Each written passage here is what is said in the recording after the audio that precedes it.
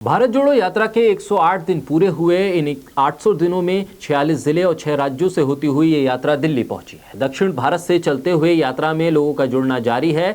जैसे जैसे यात्रा आगे बढ़ रही है वैसे वैसे नए नए बयान भी आ रहे हैं, तीखे भी आ रहे हैं और तल्ख भी आ रहे हैं।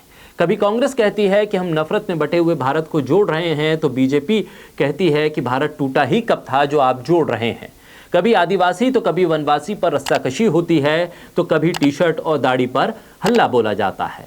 अब आ गया कोरोना, तो कोरोना के मामले पर पत्रवार भी होता है। कांग्रेस सख्त दिखती है, तेवर भी सख्त हैं।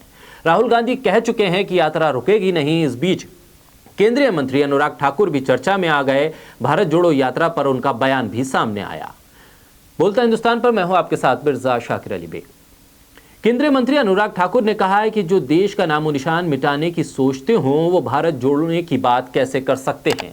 जिनकी यात्रा में नफरत का बीज बोने वाले मौजूद हों वो मोहब्बत की दुकान खोलने की बात ही कैसे कर सकते हैं।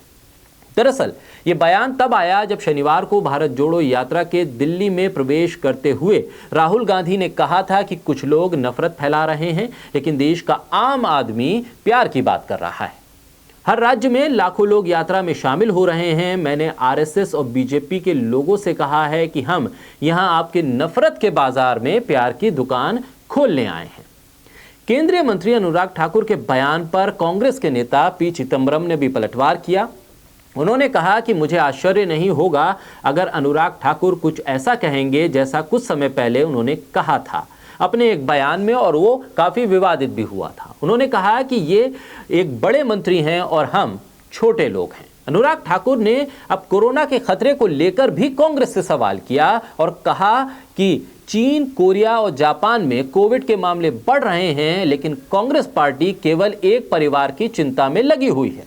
अनुराग ठाकुर आगे बढ़ते हैं और कहते हैं कि कांग्रेस की ये यात्रा भ्रष्टाचारियों को जोड़ने की यात्रा है। परिवार की भलाई से ऊपर कांग्रेस किसी को नहीं देख रही है और देश की भलाई के बारे में वो नहीं सोच रही है। इन तमाम हमलों और बयानों के बाद भी राहुल गांधी ने कई बार साफ किया है और कहा है कि यात्रा रुकेगी नहीं। कन्याकुमारी से शुरू हुई है यात्रा, कश्मीर जाकर रुकेगी। इस यात्रा के साथ साथ बयान भी नहीं रुकेंगे। कश्मीर पहुंचने के बाद भी सियासी बयान आते रहेंगे, क्योंकि सियासत का मिजाज ही कुछ ऐसा है।